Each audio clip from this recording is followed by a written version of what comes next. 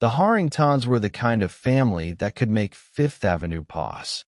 Their penthouse stretched over 2 floors of a limestone building overlooking Central Park, with ceilings frescoed in gold leaf and a chandelier so heavy the city had required a special inspection. At charity galas, Harold Harrington's white hair and tailored tuxedo drew photographers like moths. His wife, Eleanor, always in diamonds, kept her smile as fixed as the portraits of their ancestors hanging in the Metropolitan Museum's donor wing. On paper, their lives were perfect. Harold ran Harrington Investments, an old money hedge fund with roots in the Gilded Age. Their children, Charlotte and Andrew, were Ivy League educated and groomed for philanthropy. But the Harringtons had one unspoken rule. What happens inside this family stays buried. And buried it had been for 47 years. It began to stir again on a rainy March morning. Charlotte was sifting through the penthouse library, looking for an old volume of Fitzgerald, when she noticed the false back of a mahogany bookcase. It wasn't the sort of thing one stumbled upon. The seam was invisible unless you were searching. Inside was a narrow compartment containing a single envelope, brittle with age, stamped Private H. Harrington. The postmark read 1978. Against better judgment, she opened it. The letter was short and written in a woman's hand. You promised me our son would never know. If you go back on your word, I'll have no choice but to tell the world what happened at Lake Saranac. Charlotte's pulse quickened. She didn't know anyone named Lake Saranac, but she knew her father had a business retreat there every summer. She slipped the letter into her coat pocket just as she heard the library door click open. Eleanor stood there, her smile polite but her eyes sharp. Find what you were looking for, darling. Charlotte forced a laugh. Just Fitzgerald. Eleanor's gaze lingered a moment too long before she turned away. Charlotte knew her mother well enough to recognize when she was lying. And that was the first moment she realized. The Harrington perfection was just an expensive mask, and it was cracking. Do you want me to continue immediately with Chapter 2? The man in the photograph, where the real depth of this secret starts to unravel, leading toward a chain of betrayals and a tragedy? Because I can roll straight into it without pause. Charlotte didn't sleep that night. The rain needled the windows, pinpricking the reflections of Central Park's lamplights until they bled into one another. She lay in the glow of her phone, reading the letter again and again, as if the ink might rearrange itself into mercy. Lake Saranac. A son. A promise snapped like a violin string. By morning, she had a plan so thin it was almost superstition. Follow the smallest thread and see what tugs back. She started in the attic storage room, the Harrington family's oubliette. It smelled faintly of cedar and old money, trunks stamped with transatlantic stickers, hat boxes fat with tissue paper, and a row of black file cabinets labeled with decades. She picked 1978. The drawer groaned open like a confession. There were ledgers from the fund, guest lists from galas, program notes from the Philharmonic. Then a flat envelope marked Saranac, Private. Inside, a stack of Polaroids. Charlotte's breath clamped in her throat. A young Harold, hair still charcoal and unruly, stood on a wooden dock, the lake glittering behind him. Beside him, a woman with maritime blue eyes and a smile that wasn't coy so much as fearless. She wore a white shirt knotted at the waist. Her arm wrapped Harold's like a promise. In another photo, the same woman cradled a newborn swaddled in a hospital blanket. No date, no captions, just the white flash of a life beginning. The last photo made Charlotte's stomach flip. The boy was maybe 5, seated on the dock's edge, grinning, a gap in his teeth. The nose, the jawline. It was as if someone had copy-pasted Andrew's childhood face into a lake house memory they'd never lived. She carried the photos into the light and studied them for hours. It wasn't just resemblance, it was inheritance. The brow, the stubborn tilt of the chin. If this was real, and every cell in her body screamed that it was, then there was another Harrington. Somewhere, hidden by silence and checks, and whatever had happened at that lake. The penthouse's doorbell chimed. She startled, almost dropping the photos. Eleanor appeared on the intercom screen. "Charlotte, darling, we're leaving in 15 minutes.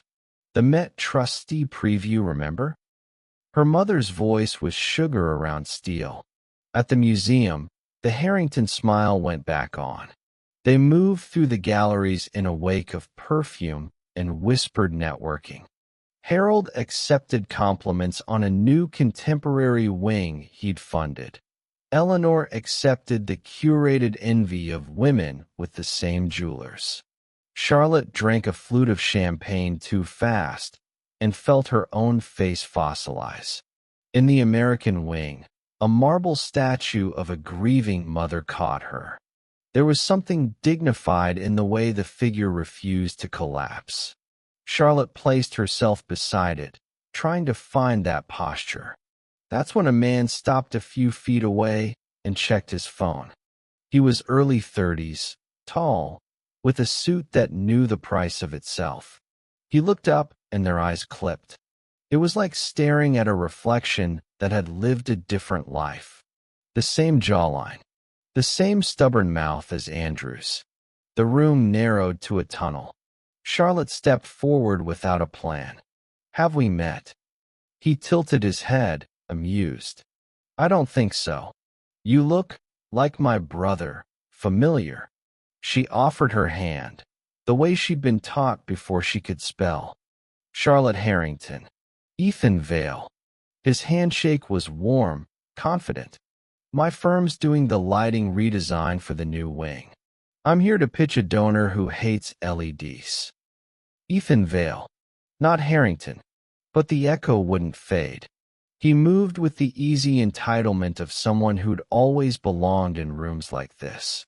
His eyes, maritime blue. The fearless kind. "Ethan," she said, keeping her voice casual. "Do you spend time upstate? Around the Adirondacks?" He blinked, a tiny glitch. "My mother grew up near Saranac Lake. We haven't been in years." He smiled. "Why?" Charlotte felt something raw stitch itself together and then immediately tear. "No reason. I like the antique shops up there." "Then you'd hate our showroom," he said, and laughed. "We're all glass and edges." He glanced past her shoulder. "Isn't that Harold Harrington?" She turned. Harold was across the room, arm around a curator, listening with polite boredom. When she faced Ethan again, his expression had shifted, curiosity sharpened with recognition. "My mother has a story about that man," he said, "from before I was born. I'm sure it's apocryphal. New Yorkers collect myths like co-ops." Charlotte felt sweat tickle at her collar despite the museum's air conditioning. "What kind of story?" He shrugged. "Summer romance gone sour. A promise not kept." He looked directly at her. She still flinches at the sound of boats.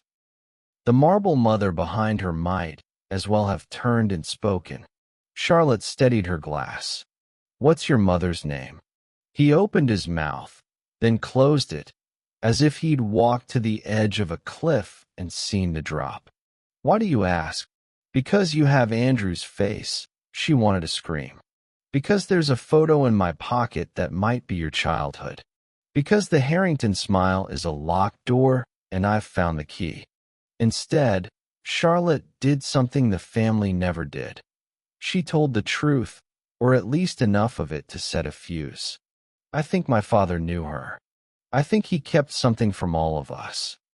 Ethan studied her, and for a second, the gallus hum washed out. Finally, he said, almost gently, "Meet me tomorrow. Washington Square. Noon. We can swap myths." "Bring your mother's name," Charlotte said. He nodded. "If you bring yours." He flicked his eyes toward Harold. "And maybe the courage to use it." When he walked away, Charlotte felt the weight of her family's silence, the centuries of it, rest on her shoulders like that chandelier at home. And for the first time, she wondered not just what had happened at Lake Saranac, but what it had cost the women who were told to keep it quiet. Washington Square wore its usual Saturday theater, students arguing in scarves, a saxophone sifting out Sinatra under the arch, coffee steam rising like exhaled secrets. Charlotte arrived early because Harringtons arrived early. Control was a religion in her family, punctuality its sacrament. She chose a bench near the chess tables, the letter tucked into her coat's inside pocket, the Polaroid sealed in an envelope like contraband. Ethan came on the dot of noon, carrying 2 paper cups and the ease of a man who could charm a boardroom or a barista with the same smile. Up close, the resemblance to Andrew felt even more treacherous. It wasn't just bone structure. It was how he scanned a room, the reflexive calculation of exits and angles. "Coffee?" he asked. "Thank you," she said, and realized she didn't want to drink anything her hands might shake and spill. He sat, not too close, not too far, a practice distance. "So, myths." "Names first," Charlotte said. "I'm tired of ghosts." He studied her, nodded once. "Maris Vale. She raised me alone. She designs light, galleries, theaters. She made our apartment glow like an evening even on Tuesday mornings." "Maris." See, the eyes made sense. "Did she ever mention Lake Saranac?" "Once. She said she left something there." He hesitated. "She never goes upstate. She pretends winter isn't a thing that happens to New York." Charlotte pulled the envelope from her coat and handed him the top photo. Harold on the dock. Maris smiling like she owned sunlight. Ethan's face didn't move for a beat. Then his breath left him in a small, unplanned sound. "That's her." "And him," Charlotte said, her voice barely above the saxophone's thread. "My father." Ethan reached for the next photo. The newborn. His thumb trembled. "I don't have baby pictures," he said softly. "Maris hates cameras. She says light should touch you, not trap you." "I found a letter," Charlotte said, producing it like a subpoena. He read the lines and flinched at our son. She watched the words settle on him, heavy and hot. He handed back the paper carefully, as if it might bruise. "She never told me who he was," he said. "She said the man belonged to another world, and the door had closed." "The door had a name," Charlotte murmured. The arch threw a slice of shade over them as a cloud passed. Across the square, a man in a camel coat pretended to read the Financial Times and failed at it. Charlotte felt the old Harrington training prickle awake, the awareness of watchers, donors, enemies smiling with teeth. She kept her eyes on Ethan. "What happened at the lake?" he asked.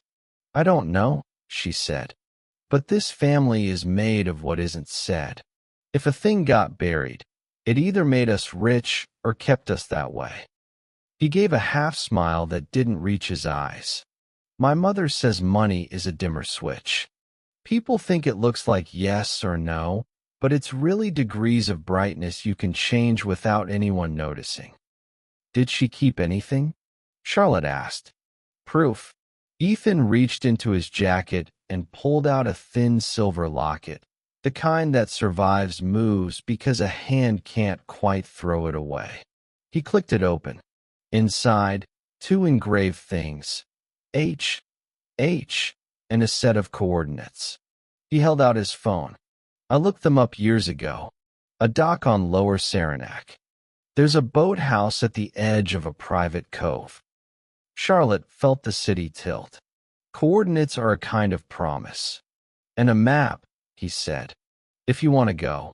The camel coat man turned a page he hadn't read. A goose-flesh warning stitched up Charlotte's arms. My family has staff, she said quietly. They'll try to manage this. If you see a black town car with no plates on the front, don't say your name. What if I want to? Ethan's tone was light. The question wasn't. She swallowed. Then say it where they can't hear. He leaned back, eyes on the arch. I asked Maris once if she loved him.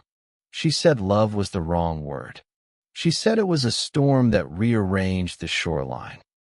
Charlotte pictured Eleanor's immaculate dressing table, the combs laid like silver ribs, the way her mother's hand sometimes paused midair, as if listening to weather only she could hear. My mother knows, she said. I saw it on her face last night. Will she tell you? She'll offer a charity and a dress and a new story. Charlotte capped her coffee. I brought the real one. She slid the Polaroid of the 5-year-old toward him. This looks like you. He stared and then laughed, but it broke halfway. It looks like the part of me that wondered. He tucked the photo back as if it had a pulse. Let's go to the lake. Tonight? She asked, surprised at her own hunger for speed. Tonight, before your family turns the dimmer down. They exchanged numbers with the formality of a treaty. As they stood, the camel coat folded his paper, made a call, and walked north. Charlotte didn't point him out. It felt redundant. They were both old enough to know that secrets came with tails. Drive separately, she said. If you see headlights for too long, take an exit. That's not dramatic at all, he said, grinning despite everything. I wish it were. She hesitated, then added, if this goes badly, you can blame me. Harringtons were born to take the fall and call it philanthropy. Ethan looked at her, really looked. Or we call it rescue. He touched the locket. If there's a door up there, Charlotte, we open it. Deal, she said. Washington Square bargain. They shook hands under the arch like conspirators blessing a ship. The saxophone slid into a new tune, something hopeful that didn't trust itself. As Charlotte turned toward Fifth Avenue, her phone buzzed. A text from an unknown number appeared. Don't go north. Some things drown for a reason. The city was a sheet of obsidian under a thin rain when Charlotte slid behind the wheel of her Mercedes and headed north. The dashboard's glow lit her hands, steady only because she forced them to be. Ethan's number sat in her call log like a live wire. They had agreed on no texting, no calls, unless something went wrong. If something goes wrong, she corrected herself. In her family, wrong was a probability, not a possibility. By the time she reached the George Washington Bridge, the text from the unknown number had replayed in her mind 100 times. Some things drown for a reason. She had tried to convince herself it was a prank, or one of Eleanor's subtle attempts at steering her life without fingerprints. But the phrasing, drown, was too precise. Whoever sent it knew exactly where she was headed. Past the Palisades, the road thinned, darkening into stretches of pine and fog. Charlotte kept checking her mirrors. At first, there was nothing but the occasional truck. Then, 40 miles out, a pair of headlights appeared and held. Not too close, not too far, just present. She took an unplanned exit into a gas station, pulled up by the air pump, and waited. The car followed, idled by the pumps, and a man in a baseball cap got out. He didn't look at her, but she felt the weight of attention all the same. She pretended to check her tire pressure, slid back into the driver's seat, and left. The car didn't follow. Still, her pulse thudded against her ribs until the highway swallowed her again. It was after midnight when she turned onto the narrow county road toward Lower Saranac. The GPS struggled, the signal jittering. She followed Ethan's coordinates through a tunnel of trees until the lake opened like black glass to her left. His Jeep was already there, parked under a collapsed boathouse roof. He stepped out, hands in pockets, collar turned up against the cold. "You made it." "I was followed," she said. "I wasn't," he replied. "Or maybe I was, and they were better at it." He gestured toward the dock. "Coordinates lead here." The boards groaned under their weight as they walked to the end. The moon fractured across the water. The locket's coordinates were exact, down to the final plank.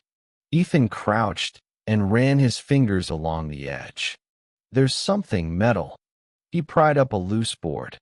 Beneath, wrapped in oilskin, was a wooden box no bigger than a shoebox, sealed with a rusted latch. The cold bit their fingers as they carried it into the boathouse. Ethan forced it open with a tire iron. Inside, a stack of letters tied in blue ribbon, a leather-bound diary, and a Polaroid Charlotte hadn't seen before. Maris, younger, in a sundress, her hair tangled by wind. Beside her, Harold. Only this time, Harold's arm was around her waist, and his shirt was soaked. His eyes, unguarded, were lit with something raw. Charlotte untied the ribbon. The first letter was in Harold's hand. "Maris, I can't undo the storm, but I can keep the boy safe. You know what my world will do to him. I'll send what I can. Don't write again. They watch everything."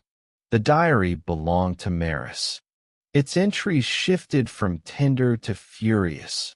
Notes about summer days on the lake, the baby learning to swim, Harold's sudden departures. Then, the entries darkened. July 17th. He came in the night, drenched. Said he hit something with the boat. Wouldn't say what. Wouldn't say who. The last entry was dated 2 days later. They pulled a body from the lake. The sheriff came. Harold left before dawn. I heard him on the phone. Eleanor can't know. Charlotte's throat tightened. "A body," she said aloud, tasting the weight of it. Ethan met her eyes. "You think it was?" "I don't know." She glanced toward the black water. "But someone thinks it should stay there." A sound cut through the night. A single, deliberate crack. Not the wind. Not the water. A branch snapping underfoot. They froze. In the dark beyond the boathouse, a shadow moved.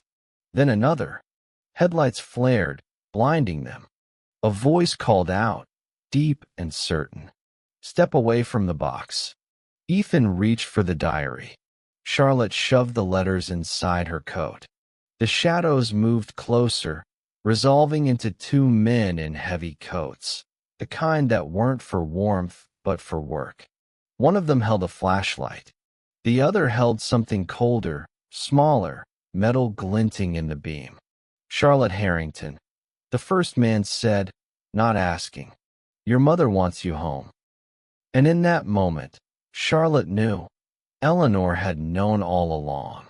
The men's boots crunched on the frosted dock, their shadows long and sharp in the beam of the flashlight.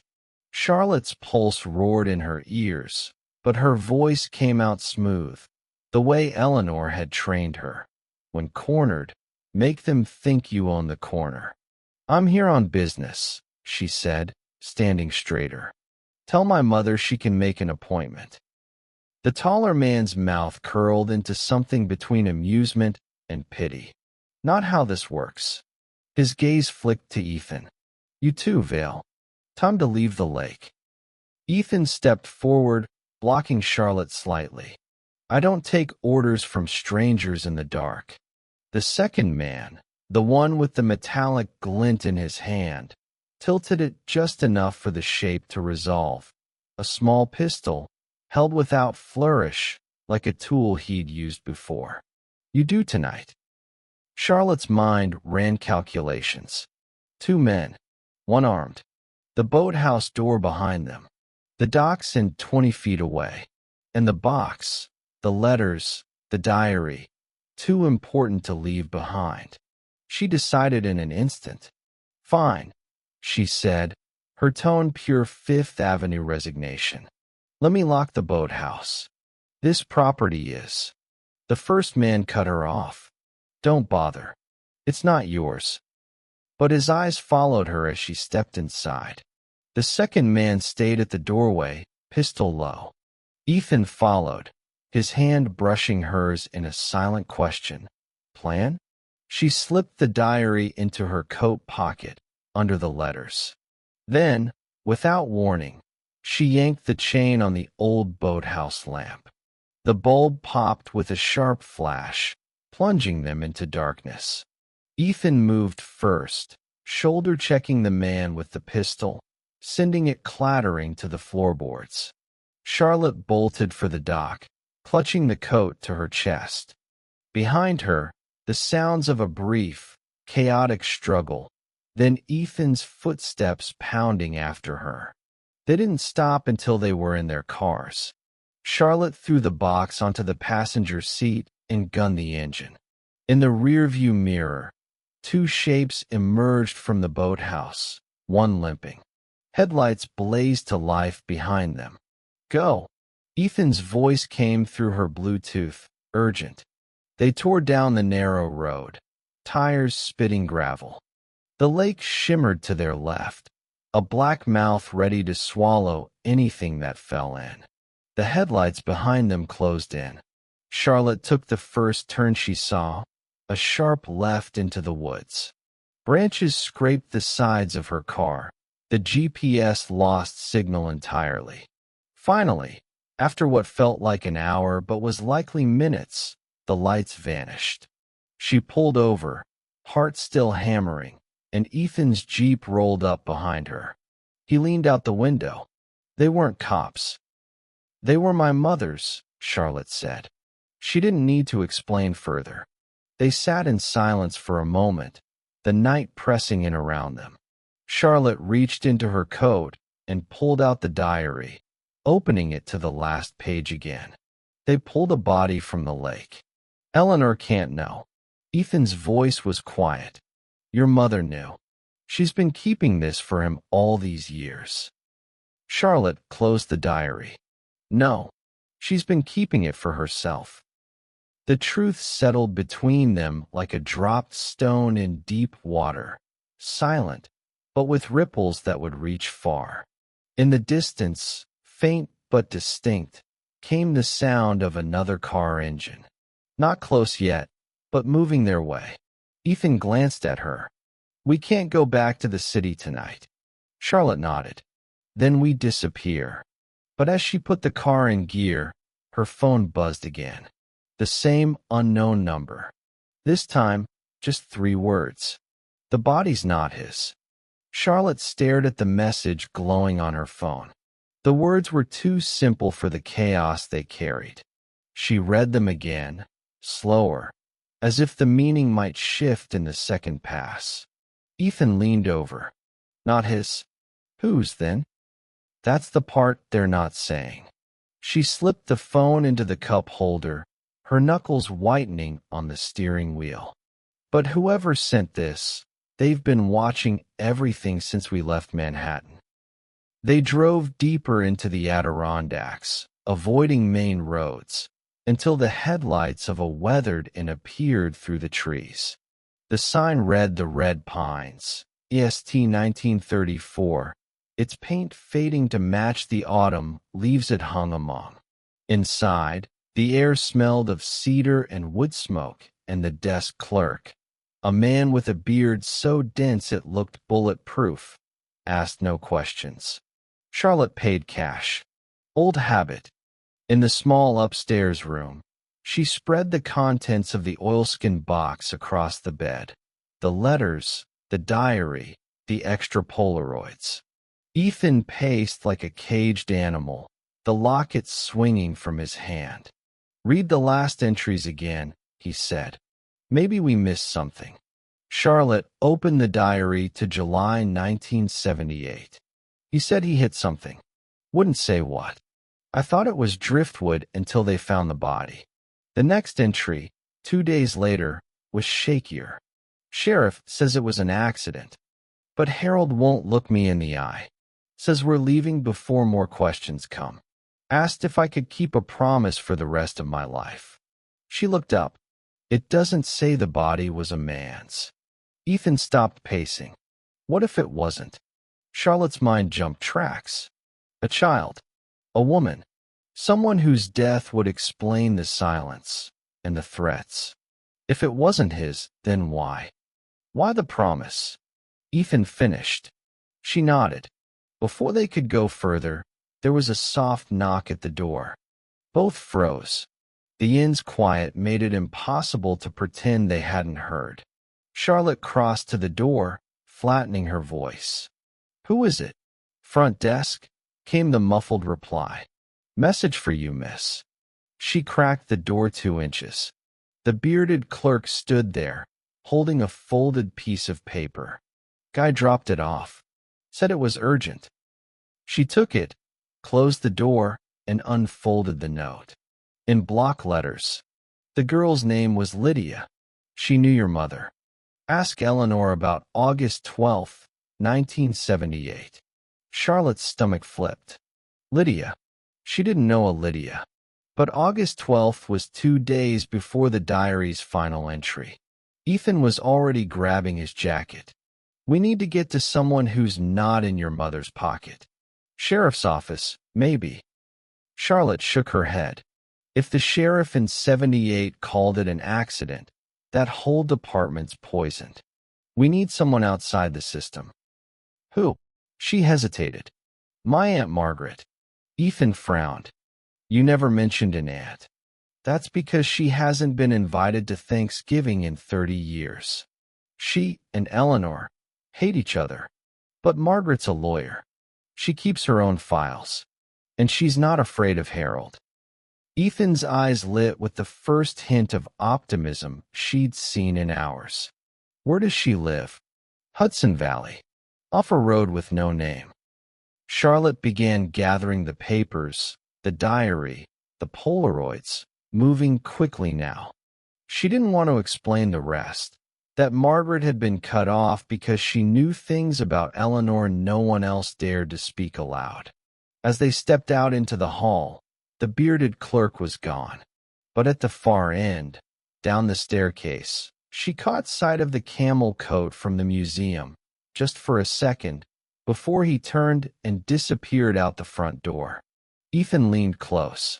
We were followed here. Charlotte's answer was a whisper. Then we leave before the lake swallows another body. The road to Hudson Valley was a ribbon of fog and silence.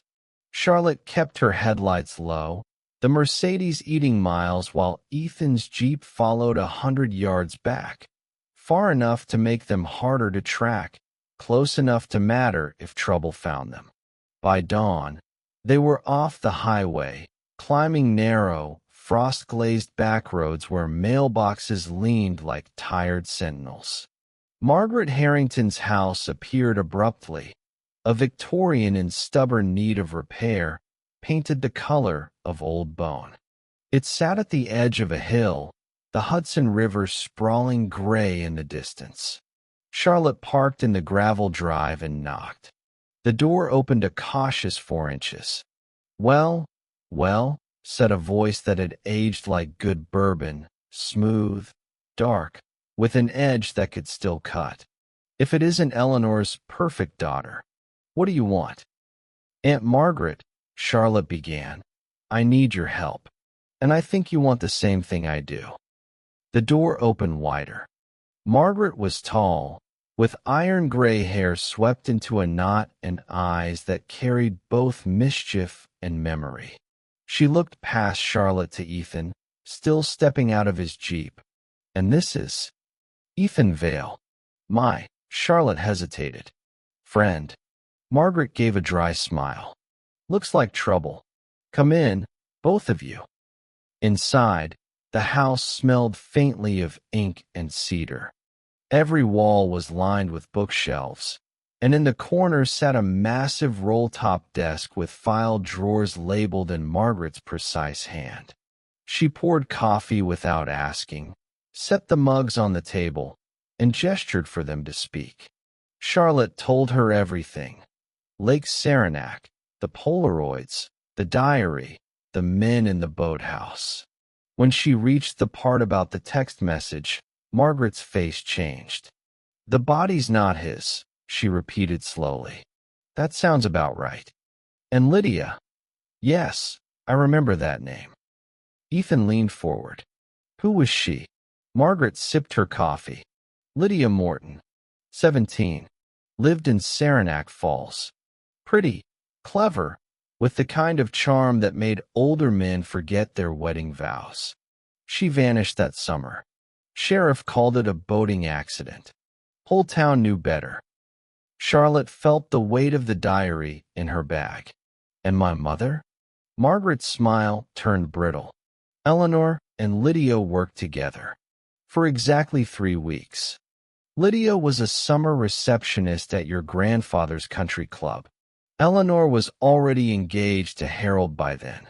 Rumor was, Harold liked Lydia's company a little too much. Ethan sat back. So you think Harold?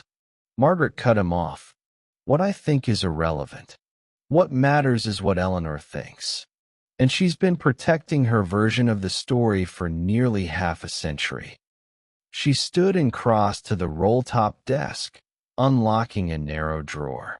From it, she pulled a folder stamped 1978 Saranac incident.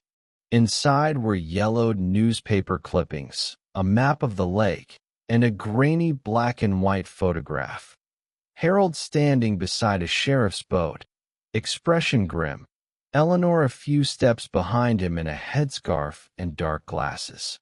Charlotte's eyes snagged on the date in the caption, August 12, 1978. That was the day Lydia disappeared, Margaret said. And the last time your mother set foot in Saranac Falls. She's never spoken of it since, but I've kept the records. The sheriff back then was a friend of your grandfather's. The investigation was for show. Ethan glanced at the map. Where exactly was she found? Margaret pointed to a red X near the private cove, not far from your coordinates. Funny thing, the currents should have taken her body toward the main lake, but she was found in shallow water, as if someone put her there. Charlotte shivered. The text said the body's not his. Meaning? Margaret's voice was flat. Meaning maybe Harold didn't kill Lydia. Maybe someone else did. And if that someone was Eleanor.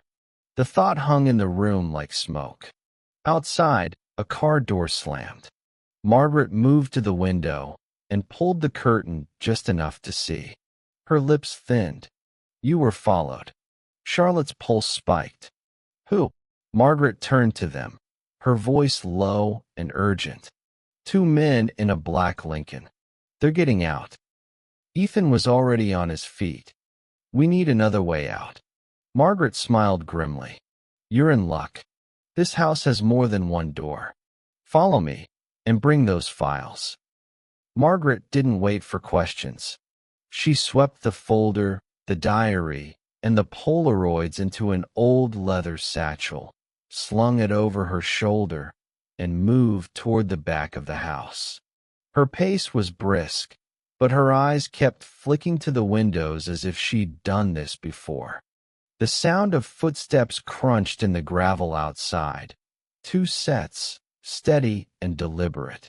Charlotte's mind replayed the boathouse night in flashes, the flashlight beam, the metallic glint, the calm certainty of men who believed nothing could touch them. Margaret led them into the kitchen, past a wide farmhouse sink, and down a narrow set of stairs. The basement smelled faintly of damp earth and machine oil.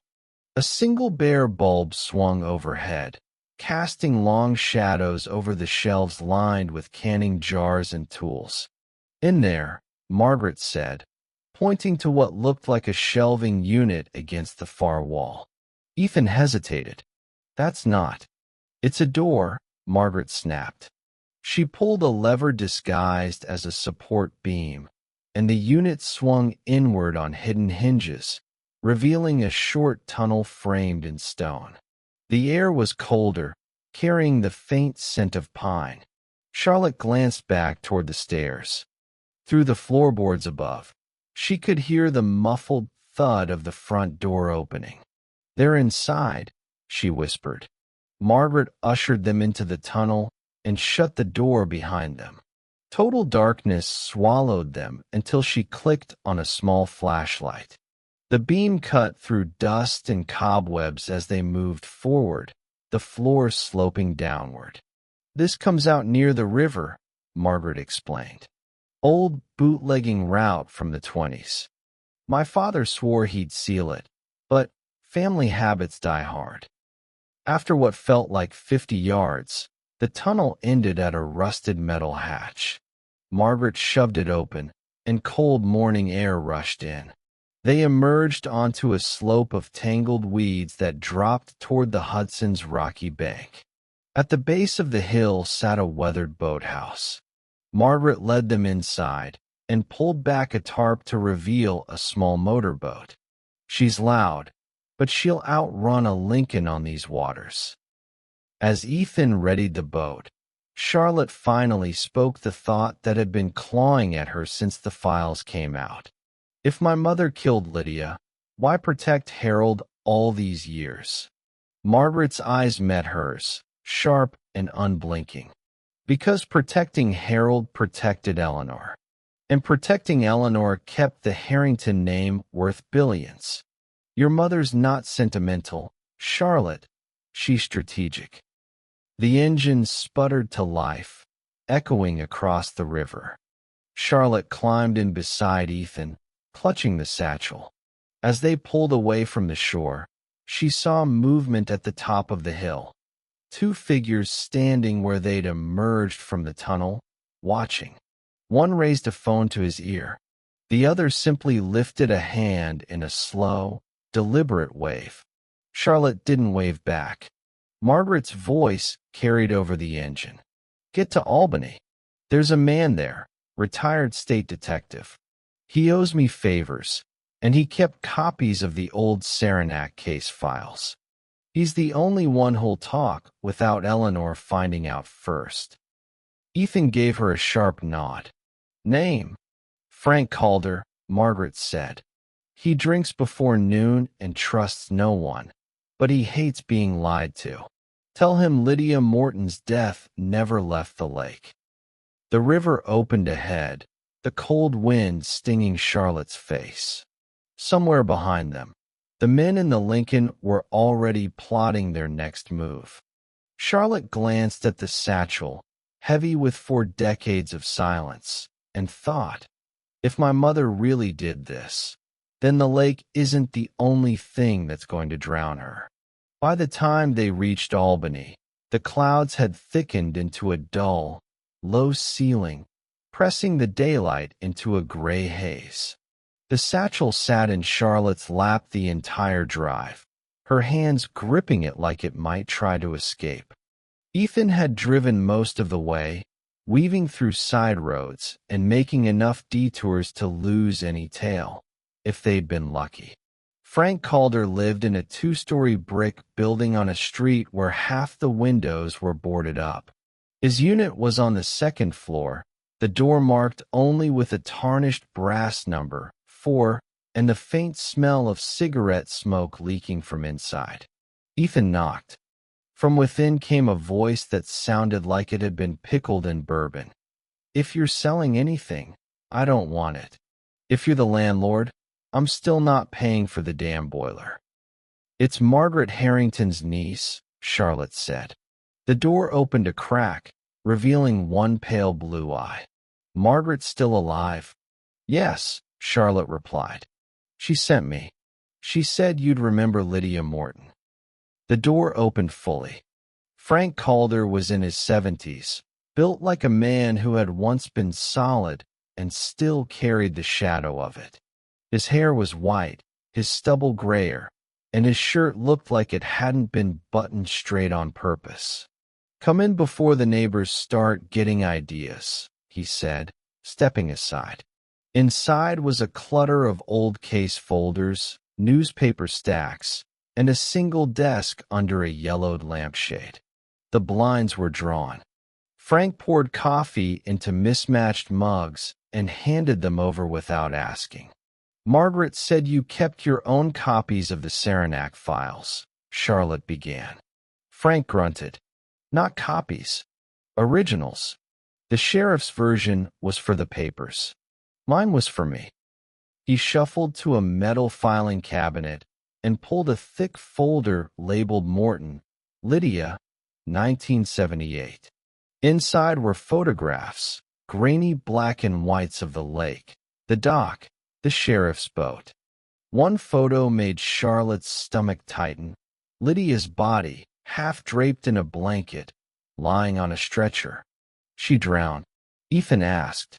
Frank shook his head. "Water in her lungs, sure. But bruises on her neck told a different story. Someone held her under." Coroner's notes vanished from the official report, along with my request for a homicide investigation. "Who made them disappear?" Charlotte asked. "Your grandfather's money did," Frank said bluntly. "The sheriff got a new cabin, the coroner's wife got a new car, and I got told to mind my own business. But the timeline never made sense." He laid out a sheet of paper with a hand-drawn map of the lake. "Witness says Harold Harrington's boat came in just before midnight on August 12th, soaked from the rain. But Lydia was last seen that afternoon at the Harrington summer house." Charlotte's voice was low. "With Harold?" Frank hesitated, then looked her dead in the eye. "With your mother." Ethan leaned forward. "So Eleanor was the last person to see her alive?" Frank nodded. "That's what I believe. Trouble is, no one in Saranac Falls will say it. Your mother's family owned half the town back then. She was untouchable." Charlotte felt the room tilt slightly, as though the air had thickened. "If you thought it was her, why keep quiet all these years?" Frank's gaze hardened. "Because Margaret asked me to. Said there'd be a time when the truth would matter. Looks like she thinks it's now." He pushed the folder toward her. "Everything I've got is in there. But if you're going to take on your mother, you'd better be ready to burn every bridge in your life. She'll ruin you before she lets this story live."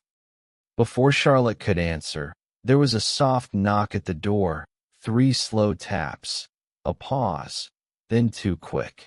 Frank froze. "That's not a neighbor," he whispered. The knock came again, heavier this time. Ethan glanced at Charlotte. "We should leave." Frank shook his head. "Too late. Back door's down the hall. Go. Now." Charlotte grabbed the folder and the satchel. As they moved toward the kitchen, the door lock rattled. And then a voice came through, calm and unmistakable. "Charlotte, darling. It's Mother. We need to talk." Charlotte froze mid-step. The voice was velvet over steel, carrying the same authority that had once made her sit up straight at family dinners. Eleanor Harrington didn't knock on doors, she arrived. And now she was here, at Frank Calder's apartment, in a neighborhood her shoes had probably never touched before. "Don't open it," Frank hissed, already guiding them toward the back door. But Eleanor's next words rooted Charlotte in place. "You have something of mine, Charlotte. And if you hand it over now, no one else has to get hurt." Ethan's grip tightened on her arm. "She's bluffing." Frank shook his head. "Your mother doesn't bluff. She pays other people too." The rattle of the lock turned into the crack of splintering wood. The door shuddered.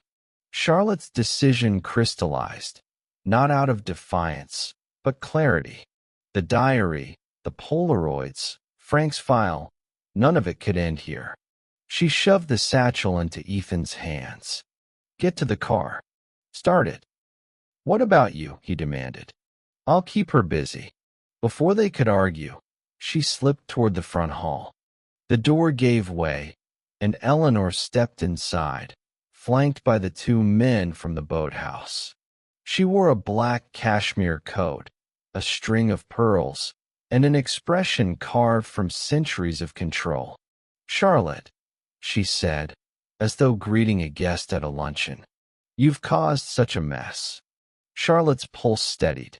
So have you. 47 years of it. Eleanor's eyes flickered, but her smile didn't waver. You don't understand what happened at the lake. Lydia was. She stopped, choosing her words like stepping stones over water. Fragile. She made accusations. Dangerous ones. You killed her, Charlotte said, her voice low but certain. Eleanor's gaze cooled to ice. I protected us. Harold was weak, easily manipulated. She was going to destroy him.